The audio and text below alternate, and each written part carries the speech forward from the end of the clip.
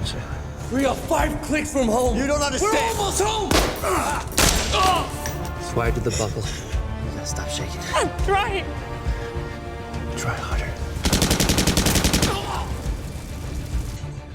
That was my fault. I made that happen.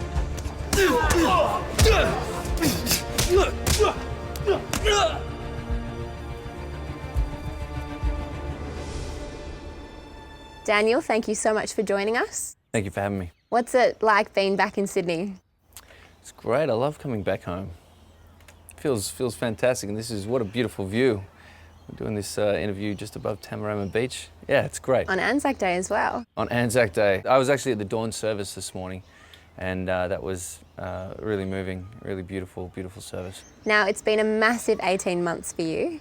You've gone from starring on Australian television to playing a lead role in a major US network show.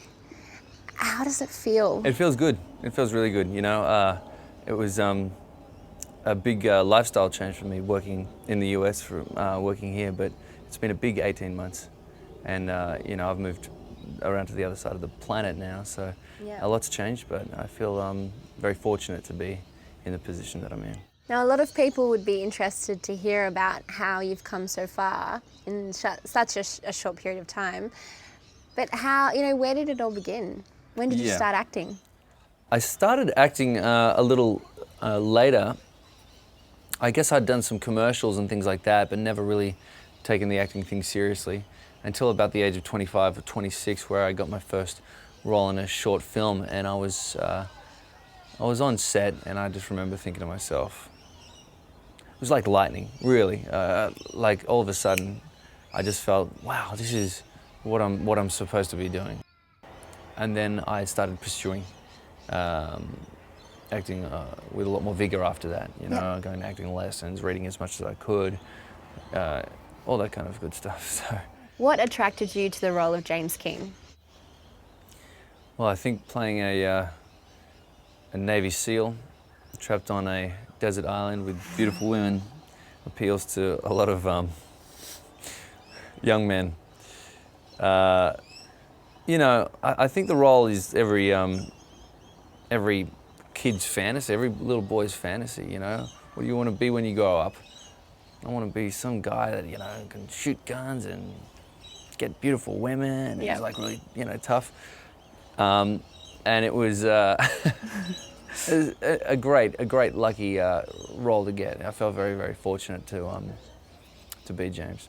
Did you spend any time with any Navy SEALs? I did actually, yeah. Which was great. I mean, the showrunners, Sean and Carl, were working with a group of 3 Navy SEALs that they consulted with, because a lot of the story was based about this Navy SEAL mission going wrong, and that was sort of like a through theme for the whole series. And so I insisted that I spend some time with these guys and do some training. We did some weapons training together and physical training. And I had a great opportunity to sit down and have a lunch with these guys and ask about they were very candid with me, luckily, ask about their experiences in battle. You know, their friendships, their training, their relationships back home, how that affected them psychologically. And that was really informative, but the most informative part was when lunch was over and they said, "We like you, we're taking you out for a drink tonight." Oh, wow. And that's when the real stories came out, you know? And so I got to know these guys really well, and we became really good friends by the end of shooting. So their input and their candidness with me really helped with my character development, definitely. And on top of that, did you put some of yourself into your character? Of course, it's all me. Yeah? Yeah, you know, like I feel like you have an idea what it means to be a Navy SEAL, what it means to have gone through these horrific things, to lose friends. And you can only, you know, experience that from your imagination, from your point of view as myself. And so all James's experience was just my interpretation of what on the page. So you're based in LA now and you're signed with a leading agency and you must be going for a lot of auditions. What's the difference between auditioning here in Australia and in LA? In the States, there's so many projects and the turnaround is so fast that you're really, you get these scripts in, you read these scripts, you learn your lines, you learn your sides, and then you go into the room the very next day and you perform them, usually reading off the page. I think that the main difference is just the volume of auditions and the time that you have to prepare.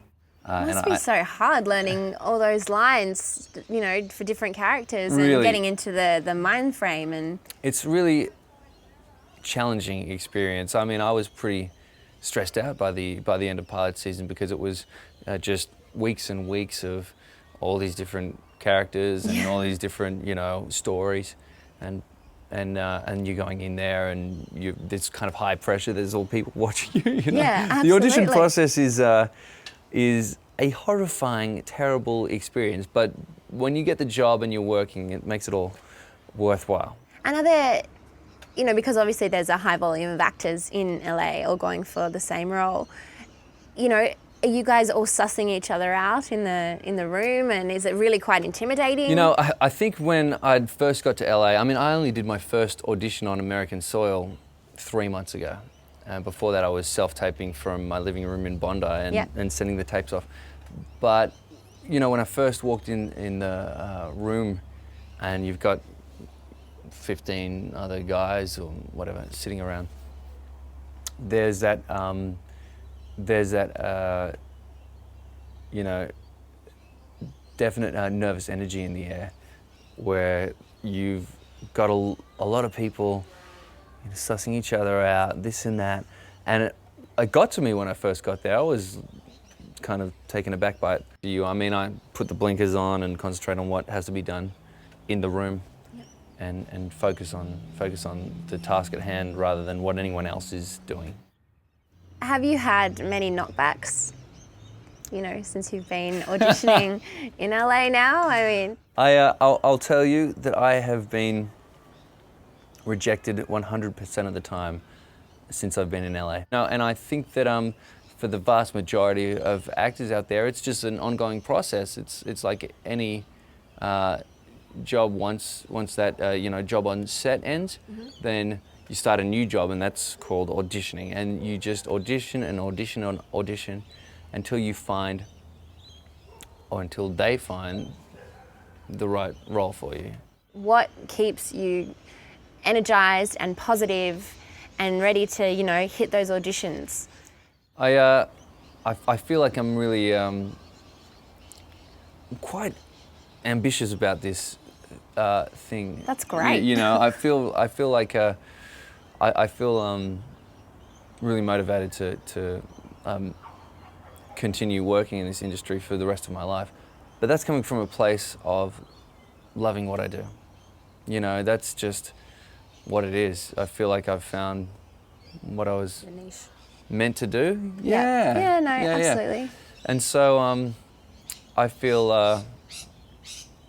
I think that despite all the knockbacks, and if I never work on another big series again, or get a big role in a movie or anything like that, then I'd still do it.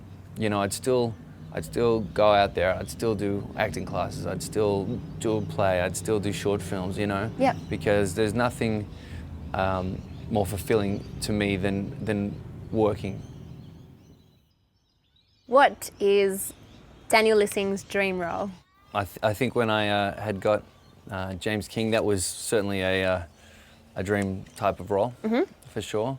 But now it's, I think for me, rather than it being about character so much or a certain type of role, I think I just want to work with great directors and great writers on quality projects. That's the dream.